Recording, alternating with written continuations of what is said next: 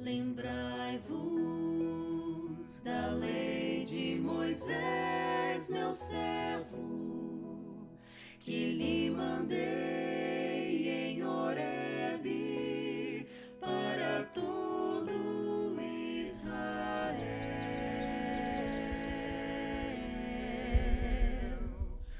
com estatutos e A série O Grande Conflito, dos livros do Espírito e Profecia. Quem sabe quantos livros tem nessa série O Grande Conflito? 5. Qual é o primeiro? Patriarcas e profetas. Pois, Profetas e desejar todas as nações, apóstolos apóstolos. muito bom. Eu trouxe o primeiro e o último dessa série aqui. Eu trouxe o Patriarcas e Profetas, que é o primeiro, e trouxe o último, que é o Grande Conflito. Eu queria pedir para alguém me ajudar lendo as primeiras linhas do primeiro e as últimas linhas do último. Ah, pode ser você também. Vamos lá, pega no comecinho, série Grande Conflito. O que é o Grande Conflito? É o conflito entre Cristo e Satanás, que começou no céu.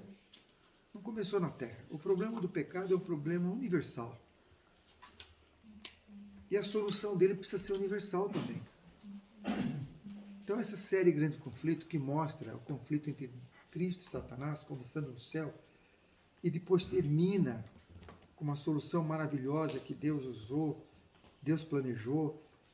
Deus podia ter usado o seu poder para resolver o problema, mas ele preferiu resolver usar o seu caráter. E usar o seu caráter em nós como solução do problema.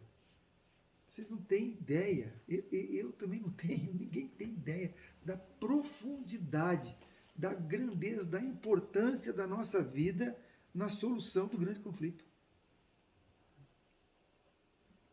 Nós temos um papel ativo na solução do grande conflito. Não é só assim, nós somos pecadores, Jesus veio nos salvar. Sim, isso é certo, mas não é só isso, é muito mais do que isso. Cristo fala serem meus testemunhas. Por que ele precisa de testemunho? Não é testemunha de distribuir livro, não é isso que nós estamos falando. É testemunha no grande conflito. Tem um tribunal, se instaurou um tribunal no universo. E quem está no banco dos réus? Deus está no banco dos réus. Porque ele se colocou ali. Falou, estão me acusando de um monte de coisa que não é verdade, mas como é que o juiz pode determinar a solução, dar a sentença quando ele é o acusado? Não fica bem. Então Deus falou, eu não vou dar a sentença.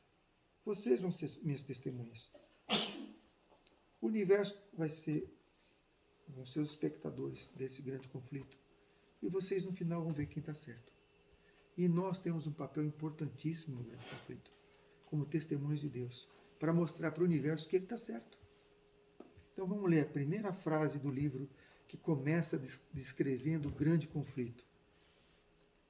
Deus é amor. Pronto. Tá bom. Mas pode ler um pouquinho mais. Sua natureza, sua lei são amor.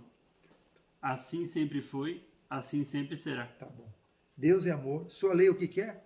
Amor. Amor. Sua natureza o que é? Amor. Amor. Sempre foi e sempre será. A lei não é um jugo. A lei não é um peso. A lei é amor. Porque ela nos protege. Quando você fala para o seu filhinho não brincar com veneno de rato,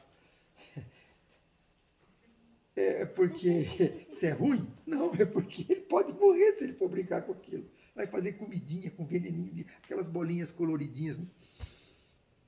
Vai brincar com faca? Vai brincar com granada? Não pode. Então Deus, quando dá uma ordem para nós, é por amor, é porque Ele quer nos proteger de infelicidade. Agora, último parágrafo do grande conflito. Isso. Terminando, olha, passou todo o grande conflito. Aqui é o começo do grande conflito. Começa a descrever o início do grande conflito. Agora ali é o finalzinho do grande conflito. Obrigado. Pode ler? Pode ler, por favor. O grande conflito terminou. Amém. O pecado e pecadores não mais existem. O universo inteiro está purificado. Uma única palpitação de harmonioso júbilo vibra por toda a vasta criação. Daquele que tudo criou emana vida, luz e alegria por todos os domínios do espaço infinito. Desde o minúsculo átomo até o maior dos mundos, todas as coisas, animadas e inanimadas, em sua serenidade, beleza e perfeito gozo, declaram que Deus é amor. Amém. Qual é a última palavra? Última Deus frase? é amor. Começa com Deus é amor e termina com Deus é amor. Olha só, o grande conflito, ele é uma prova do amor de Deus.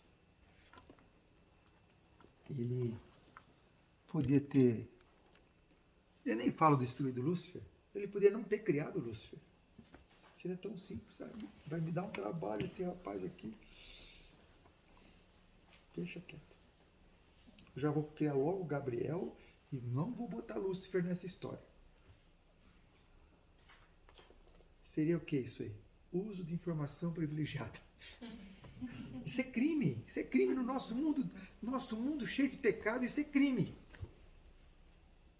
Deus é justo por si mesmo, ele não precisa explicar para ninguém. Ele podia dar um apagão de memória no universo inteiro e começar de novo, dar um reset. Acabou, qual é o problema para Deus? Nenhum. Sim. Mas Deus é justo. Ele não faria isso porque a sua natureza é justiça. E ele pagou um alto preço por ser justo. Vocês têm filhos?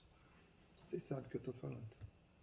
Eu tenho certeza que o irmão daria um rim seu para salvar sua filha. Eu tenho certeza que o irmão daria os 2 rins. Sabe que você ia morrer. Mas você daria. Tenho certeza. Ou não? Eu tenho certeza que Deus sofreu mais do que Jesus. Que quando minha filha ficou doente, teve coqueluche e não sarava de jeito nenhum, eu falei, Senhor, passa para mim essa doença. Deixa eu ficar com coqueluche, sara ela, Senhor. O sofrimento de Deus, de Jesus, do Espírito Santo. O Espírito Santo se entristece quando a gente o rejeita. Por que ele se entristece? O que ele perde com isso? Ele vai ficar menos bonito? Ele vai... O que ele perde? E nós temos uma função, um papel importantíssimo. Não é um papel passivo, é um papel ativo na solução do grande conflito. Porque nós somos testemunhas de Deus, que Deus está sendo julgado. Ele se colocou no banco de réus, dos réus,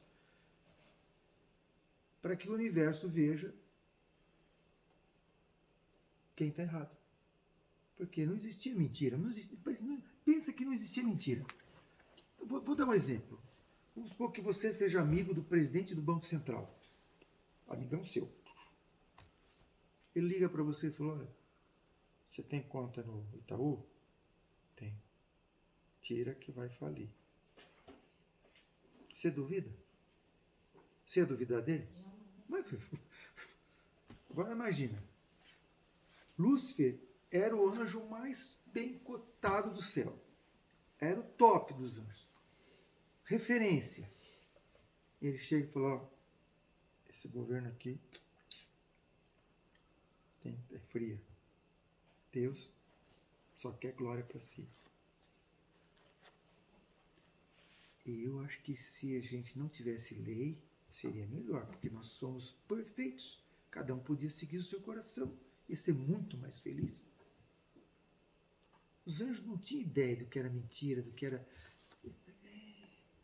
Ele levou quase metade dos anjos nessa conversa. Depois, no final, um terço só ficou um terço, um exagero de um terço ficou com ele. E sabe que até a cruz, os anjos ainda tinham simpatia por Lúcifer. Os anjos do céu tinham simpatia por Lúcifer até a cruz.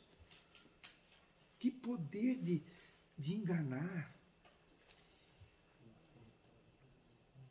Mas o Senhor resolveu essa questão, vindo a esse mundo, mostrando o seu amor, mostrando para o universo. Por que Jesus veio para esse mundo? A função principal, a missão principal de Jesus para esse mundo não foi para salvar a gente, não. Isso é função secundária. A função principal foi demonstrar para o universo o caráter de Deus.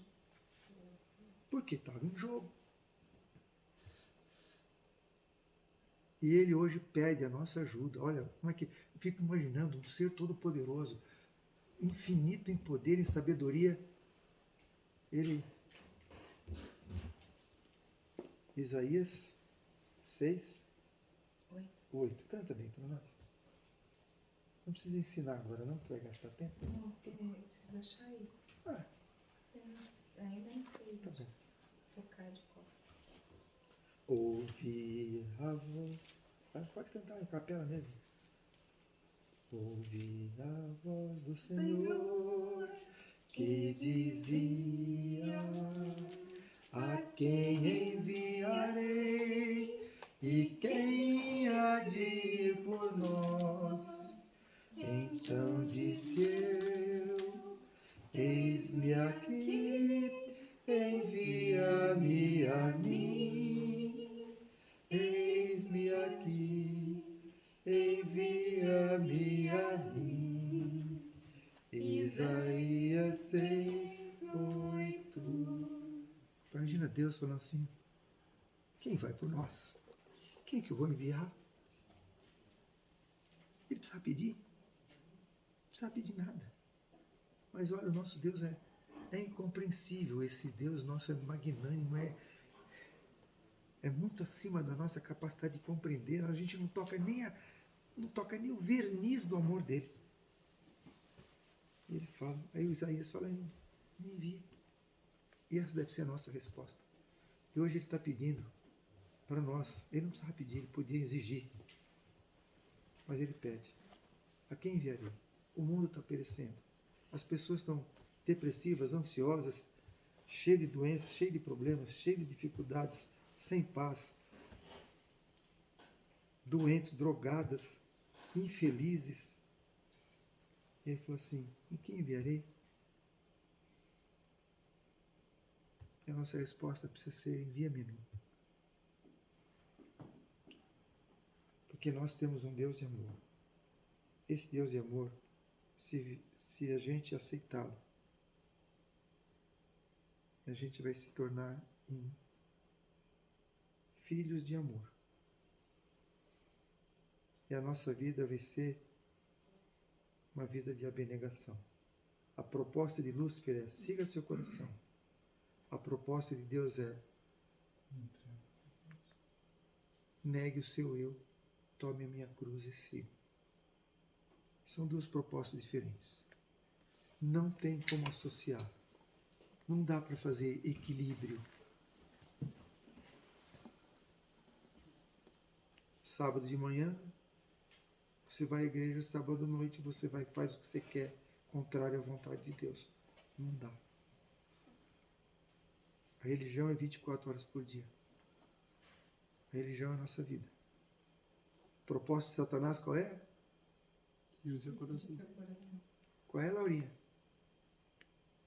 Siga o seu coração. E qual é a proposta de Deus, Melissa? Siga Deus, né? Isso, negue-se a si mesmo. O que é negue-se a si mesmo? Não faça a sua vontade. Faça a minha vontade. São duas propostas diferentes.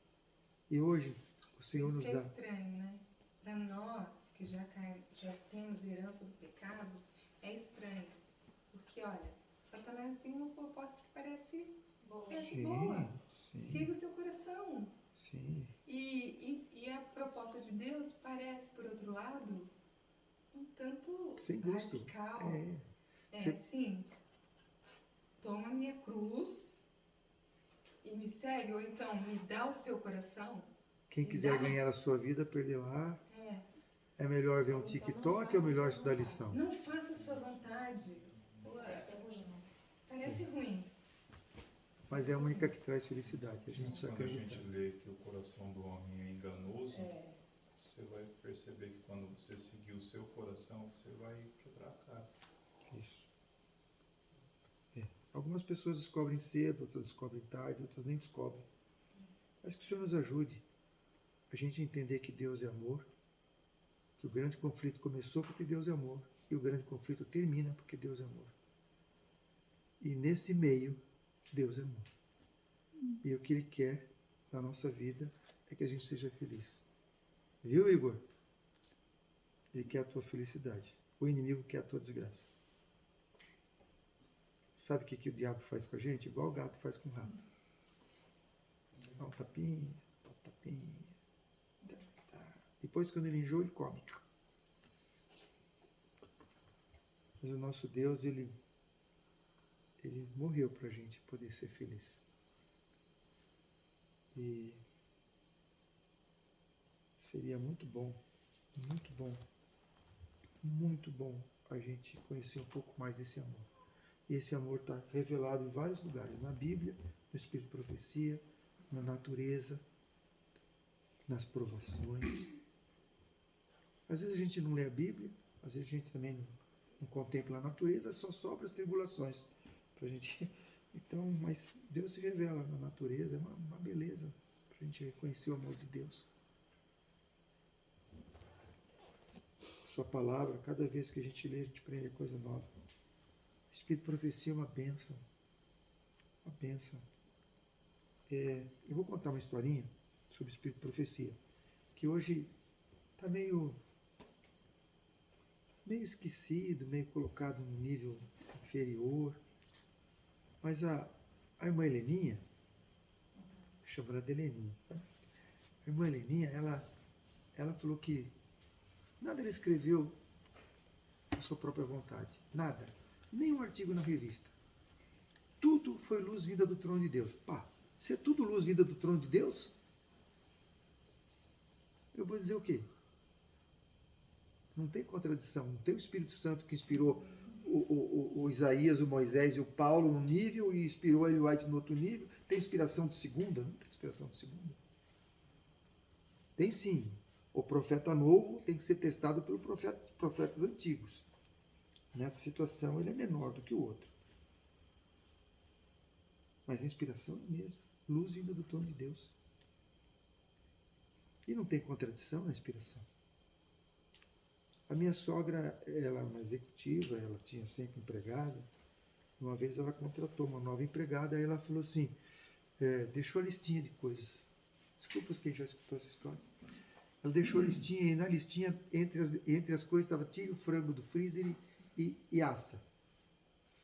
Ela chegou à noite, a casa estava limpinha, tudo direitinho, e estava o frango assado no freezer, no forno com plástico e tudo. O que ela fez? Seguiu a instrução, ao pé da letra. Tira o frango do freezer e assa. Tirou o frango do freezer e assou. Não tirou o plástico, não picou, não temperou, não tirou os miúdos de dentro, que tem no saquinho. Não, nada, assou, não está escrito isso. Na nutrição chama de ficha técnica. Pois, Fazer passo a passo. pois é. Então, essa cozinheira somos nós. Por isso que Deus deu o Espírito de Profecia. Porque a gente precisa, para uma cozinheira dessa, precisa da ficha técnica. Ó, tira do freezer, tira o plástico, descongela, pica, tempera. A gente precisa, o Espírito de Profecia vem explicando a Bíblia para nós, que a gente não tem mais capacidade. A gente não saía nem de Bíblia. Qual foi a Bíblia de Enoque? Qual? Nenhuma. Qual foi a Bíblia de Abraão? De Elias já tinha? Não, tinha. Ou não? Moisés, né? Ele começou a escrever. Isso. Mas Enoque não tinha Bíblia, Abraão não tinha Bíblia, Abel não tinha Bíblia. A Bíblia não é essencial para a salvação? Mas depois precisou, porque a gente perdeu a capacidade de ouvir a Deus. Depois precisou do Novo Testamento, porque o Velho Testamento já era insuficiente, as pessoas não entendiam ali. Deus podia ter dado só os 10 mandamentos, já seria suficiente para nós. Mas a gente não compreende. Aí Deus deu, agora deu o Espírito de Profecia detalhando, explicando tudo. Explica como namorar. Até a idade para começar a namorar está escrito lá. Explica como tratar o idoso, como tratar a esposa, como tratar o esposo. Não vai fazer como eu fiz.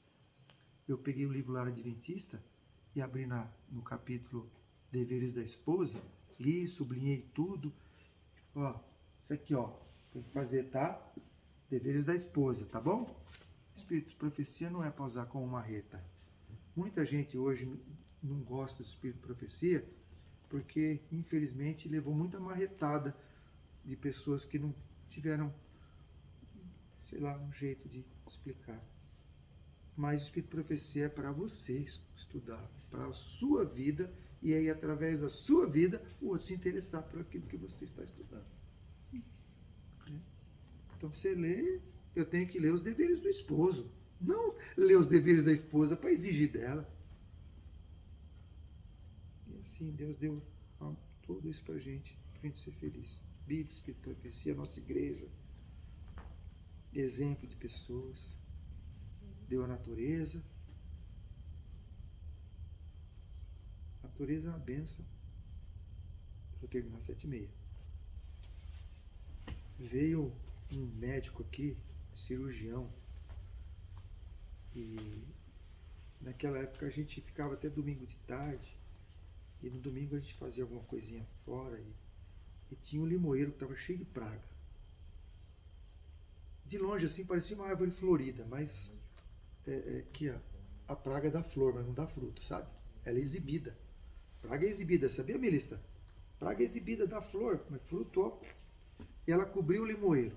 Ela não era parasita assim ela se alimentava da terra, ela cresce em volta e usa o limoeiro como suporte, que ela é fraca, ela não tem estrutura para ficar em pé. Aí de longe vai falar que é um limoeiro, vamos limpar. Mas eu recomendo que você não limpe, que você é cirurgião, cheio de espinho, você vai espetar a mão lá, depois você vai ficar, não, eu quero. Tá bom? Aí fomos lá limpar o limoeiro. Quantas lições espirituais tem disso aí? Gente, um monte. Por que o limoeiro morre com a praga? Hein, Laurinha, por quê? Ele está coberto de praga, a praga não está sugando ele, ela come dos nutrientes da terra. Mas o limoeiro morre. Por que, Igor? Acho que ele pega água, né? Luz solar. Hã? Luz solar. Não pega sol. Não pega sol, morre. E por que a gente morre quando a gente está coberto de pecado?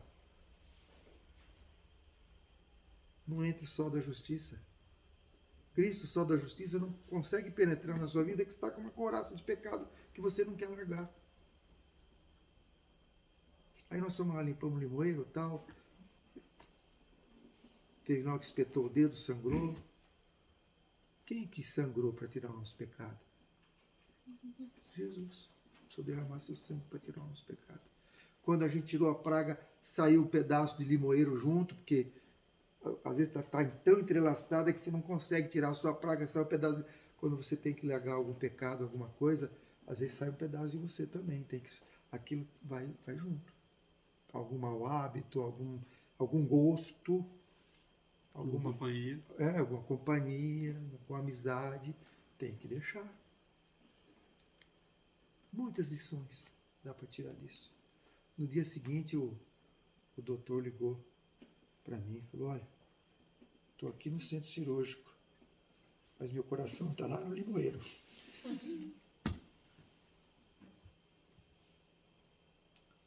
O Senhor da natureza para nos explicar tanta coisa que a gente aprende, tanta coisa as crianças aprendem, tanta coisa.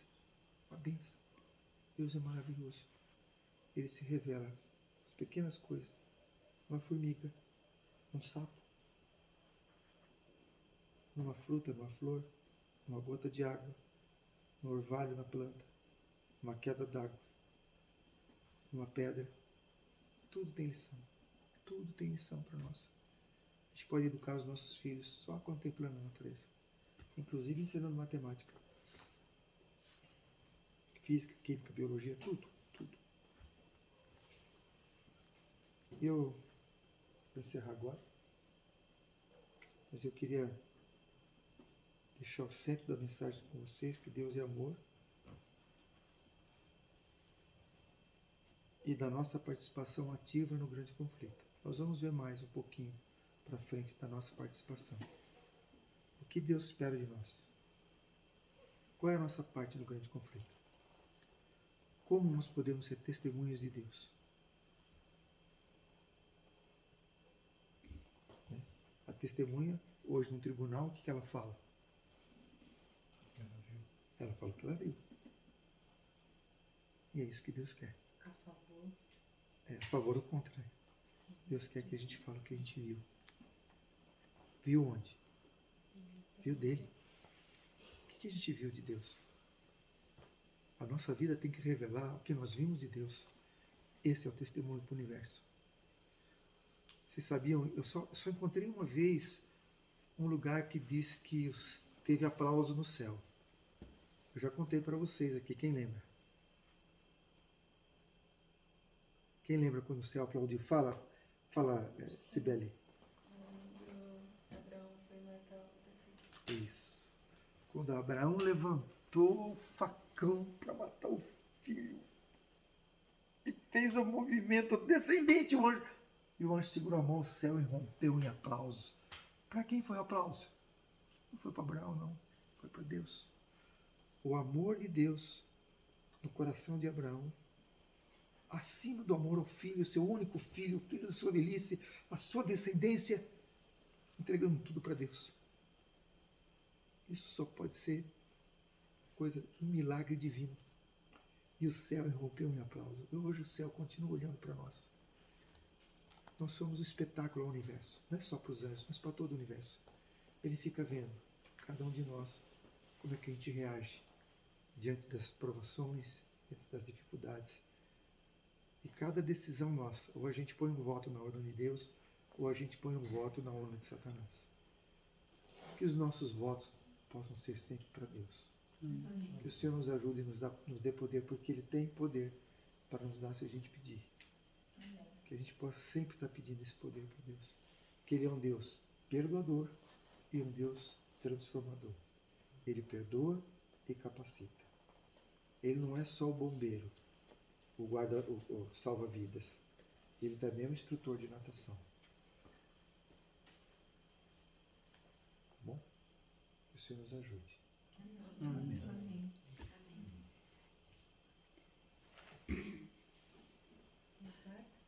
Queria saber se alguém tem um comentário. Eu vi um comentário também sobre isso, que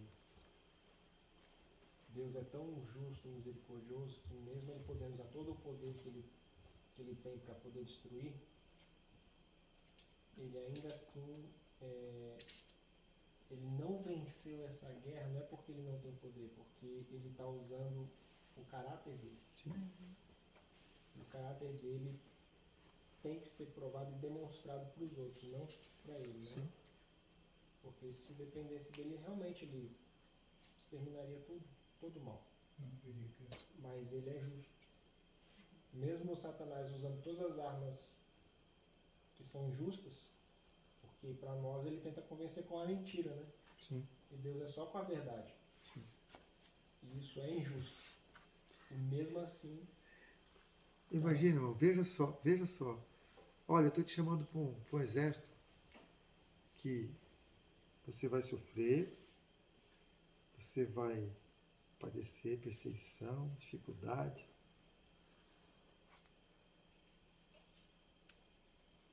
Você quer? É isso que Deus está chamando. 1 Pedro 2, 21 e 22, é isso? 1 Pedro 2, 21 e 22. Deixa eu ver. Acho que é isso. Vamos ver quem que Deus chama. Olha a propaganda que ele faz, a propaganda que Deus faz. Sabe? Opa, pra cá. 1 Pedro 2, 21 e 22. Para isto fosse chamados, né? Sim. Para isto fosse chamados, porque também Cristo padeceu por vós, deixando-vos o exemplo, para que sigais as suas pisadas. Ele não cometeu pecado, nem na sua boca se achou engano. Olha, está chamando para quê? Para imitar Cristo. O que Cristo fez? Padeceu e não pecou. É para isso que Deus está chamando. Está te chamando para o padecimento e para a fidelidade. Esse é o nosso chamado. Padecimento e fidelidade. Se você quer ir para arroz de ouro, casa de marfim, vida sem dor, vida sem fim, isso é egoísmo. Até o diabo quer. Você pergunta para qualquer pessoa, você quer viver eternamente, sem dor, sem doença, num lugar lindo, maravilhoso? Quem não quer? Mas isso não é a nossa motivação. A nossa motivação céu é efeito colateral de servir a Deus. É efeito colateral. Não estamos aqui para ser salvo. Não estamos aqui para ganhar céu. Nós estamos aqui para glorificar a Deus. Para honrar o seu nome. Eu falei que ia encerrar, mas o irmão me provocou. Eu fiquei nervoso. Quando Moisés desceu do Monte Sinai e viu o povo naquela orgia, quebrou os 10 mandamentos, as tábuas, ele estava 40 dias em jejum. Ele ficou mais 40 dias em jejum, intercedendo pelo povo. E o que ele falava na sua oração? Está lá em Deuteronômio 9. Senhor, não destrua esse povo, Senhor. O que dirão as nações de ti? Qual era a preocupação de Moisés? Com a honra de Deus. O que dirão as nações de ti? Que o Senhor tirou o povo do Egito e não conseguiu pôr na terra prometida e matou tudo no deserto. Senhor, não faça isso com o teu nome. Tira o meu nome do livro da vida, risca o meu nome, mas não faça isso, Senhor. Qual era a preocupação de Moisés? Com a honra de Deus. Com a honra de Deus. Ele preferiu morrer eternamente. Senhor, eu prefiro morrer eternamente, mas eu não quero o teu nome desonrado. Esse será o caráter do remanescente, dos 144 mil. Você sabe como é o nome do cântico dos 144 mil? Quem sabe? Cântico de Moisés. Cântico de Moisés e do Cordeiro. Por quê? Eu não sei, não está escrito, porque eu imagino que seja por causa desse perfil de Moisés. E tanto de Cristo, é a mesma coisa. Perfil de Moisés, perfil de Cristo, em correr risco para honrar Deus. Risco eterno para honrar Deus. Esse é o perfil de 144 mil. Não é? Quero me salvar. Não, isso é importante, mas não é principal. Importante é servir a Deus. Ok?